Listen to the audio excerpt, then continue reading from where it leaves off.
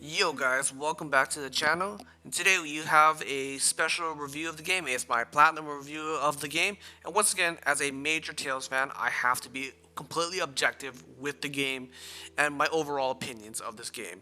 So, let's get into it guys. And honestly, I want to start off saying this is a good Tales game.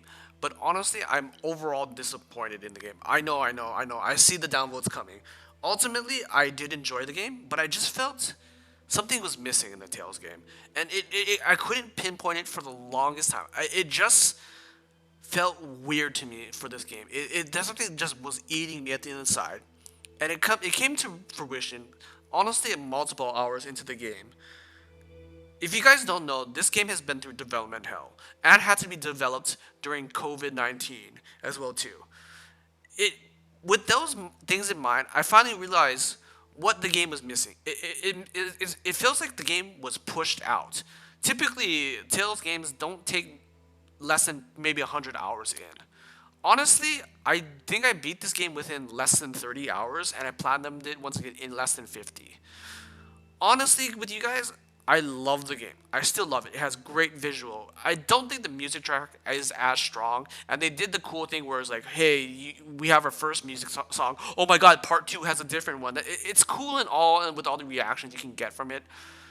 It's just the music I think really did fall a little bit short. There wasn't any great tracks other than the first theme song, honestly. Voice acting was solid, absolutely 10 out of 10. They did an incredible job with the voice acting. I don't know about the English. Once again, I don't run English voice acting at all. Honestly, from what I've seen from the English voice acting, it's honestly not that good. It's probably under par from my perspective comparing to once again I'll be comparing this game with the last game, Berseria, and overall, if I were to suggest a game, I'd tell people to play Tales of Berseria. I think Tales of Arise has a much better battle style than Berseria does. Berseria is very close to it. I think Tales feels more fluid. It's more flashy. It has more oomph to it. But the biggest problem I have with Arise's battle system is there's so much happening on the screen. It is almost impossible to tell what is happening on the screen sometimes, and you literally will just be mashing the dodge button because you don't know whose attack is coming in. If you have a bunch of spellcasters on your team like Rin, Dolheim, and Shione, sometimes you don't know whose spell is going off because with Rin you can suck up enemy spells and use them. The problem is sometimes I don't know if that's my enemies or mine because there's no indication. Sometimes there's gonna be so much on the screen the game will actually lag. Once again, this is PS5. The game will actually lag and slow down. And once again, you cannot tell if the enemy is an enemy attack, your attack, if they're stunned or not, if they're trying to do an animation, if they're trying to do an attack. It's almost impossible. And it feels like, especially with Alphen, you really want moves that you can just essentially cancel out of. You want moves that aren't long lasting and you can cancel out of just in case if you have to dodge last second in order to see it because you see it and you just now see an attack coming. Overall, I do like the battle system. It feels very good. It's just I think Berseria is a little if Berseria had this battle system, it would probably even be better. But I think they improved on what was Berseria's system to this system. And that's kind of where I feel like a lot of my issues came from was essentially them borrowing from other games. A lot of the moves in this game are just references to other games in the series. None of the characters feel like they have their own move sets. Yes, Alphen has his dual swords plus his burning strike moves are very very much fun. They're incredibly powerful even because they suck away your life in order to use it to do more damage. I love that mechanic so much. It is one of the most fun mechanics in this game. I just feel like Alphen doesn't have a moveset that's his. He's just another sword guy with a cool, unique mechanic. It doesn't feel like he has it. He borrows moves from Lloyd, Yuri, Ash. Like he doesn't have anything unique to him. He's just using moves from every other character, and that's the problem I have with a lot of the characters in this game. Law, he's literally just Regal from Tales of Symphonia. He has self buffs. Whoop de doo. Rin is literally just every mage in the game, but she has more. She doesn't even have that. She has unique like melee arts, but all her spells are down honestly downgrades of most of the other arts from the other games. Shion is just your healer, and she has a cool mechanic because she has a gun and she can throw bombs. Or other than that, she's mainly there just for an anti-air unit and heals. Dolheim is literally just a healer plus like a half magic user, half pole arm user. The pole arm is cool because you can extend it and all that, but his combos are really wonky, really bad, and just overall flashy. It feels like he's trying to be a Jill or somebody else. Like it just doesn't feel good. And once again, it's just reused Earth magic users as well too. That's in his build. Like he can heal. He's an Earth magic user with gravity well and all that. Kisara is cool because she has a shield and hammer. You can block a lot of stuff.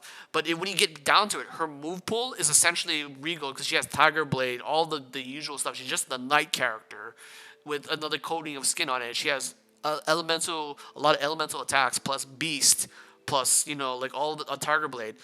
It's stuff we've seen, and that's what eats me because I understand. I think especially with the development hell, there's a lot of moves in the game that are references to other moves. Even like all of the mystic arts in this game, the mystic arts and the cross strikes, they're just references to other stuff in the game, along with like a bunch of the enemies, how they're called Undine, Ifrit. They're just references to other games in the series, and I feel like they had to do that in order to save time because this was going through development hell. But overall, that's is what is eating me. But it's like it's a multifold problem as well too. When we get into the story of the game, there's two parts of it. There's the first half where you're essentially the slave trying to work up to beating everybody. It's you fighting the five lords, the elemental lords, and everything. And there's some maybe cool twists like the second lord is he's a head resistant guy. And he betrays you. The third one is he joins your team. The fourth one it sets up a fake track. The fifth one is the mysterious powerful dude. It just feels like there wasn't enough excitement. There wasn't enough mystery. It was all predictable. Then you get into the second half, and I'll tell you that threw me out for a loop. It literally became a grounded story, then literally became Space Cinderella. Legitimately, it became Space Cinderella, guys. It was like the wildest shift of pace, like to the games. It was the weirdest thing. You're like you're just walking around. Now you have a spaceship, and now you're bringing aliens and what. It just is like all over the place with the pacing, and it feels like the second half was really rushed. It really was. You go through the story at a lightning pace in the second half of the game. Even the first half, it feels like you're going through at lightning speed. But it feels like they prepared you for some of those things. They allowed you to build up your equipment, your stuff, your stats. You can level up. When you go into the second half of the game, they just throw things at you. They literally throw subquests that you can't even complete because you're so under level to what you're supposed to be. The game doesn't even tell you like, hey, this is a level 60 fight. You probably don't want to take this when you're level 20 or 30. They really need to say they need to slow down. Like, hey, you can't do this. This is a level 60 fight. At least tell you ahead of time instead of you failing and realizing this is impossible for me to do. And that's not even part like when you go through the end story, it just lightning boom boom boom boom boom boom boom. Everything just gets thrown at you. And the problem is they didn't set up the second half correctly. Where in the first half, where when you fight bosses, you get a heal point, you get a place to upgrade your stuff. The waypoints and the fast travel points in the second half are just so random. Like you get to the boss, I'm like, in order for me to upgrade or buy more stuff, I have to go all the way back and come back here again. And they didn't really. It feels like they didn't think it through. Once again, like it feels like they rushed the game. It really does. It really feels like they rushed the game. They had ideas, and it just came into a game. It feels like you had to go back and forth with a lot of the stuff in the game. But there's a lot of convenience. The fast traveling, the cooking system, all of it feels like it's there. It's just not. It just doesn't feel like it's all combined together, and it just doesn't feel like a Tales game through and through. Even with the Gald, items in this game are extremely expensive. Let me just go show you right here. You don't get items through, you don't get Gald through missions or beating enemies like you typically do. You get it from selling items like Zilia, where you basically go in the overworld and you can see these things. You can go and grab them. You can sell them. I'm gonna have to fight this because they're They're in my way, but yeah. This is typically you don't get. You see the menu on the left. You don't get gold. You only get experience and SP, which is what you upgrade your skills with. But in order to buy stuff, everything is super expensive in this game, especially when it becomes CP related. All the gels over here are extremely expensive, and it's designed like that on purpose. It is absolutely designed like that on purpose, and it just doesn't flow well for me. I mean, overall, guys, like if I were to suggest a Tails game, I once again would suggest players play Berseria before this. Like I feel Berseria is the better game overall. I still like Arise, but I like Berseria more at the end of the day. I just feel like there wasn't enough attention. Like there weren't many costumes at all in this game. This is another side note. There's not enough costumes, not enough enemy variety in the game. Other than that, like everything from assists to everything out to the battle system was all well thought out. So let's go over my what I typically review games by. I once again everything goes from story, gameplay, vo- music slash sound design slash voice acting, then graphics. Honestly, story I felt was rushed. First half was very predictable. Second half was really like it just blew me. It blew me away for shock value. Not anything really impressed. It didn't really impress me. It just felt short. That's the only thing I can say. It felt short. Gameplay wise, it felt great. Other than the gout and some of the rewards and some stuff, I felt like the actual combat, was solid. I did get bored of it, but it's still a solid combat system. I gotta give it that. Next up is sound design.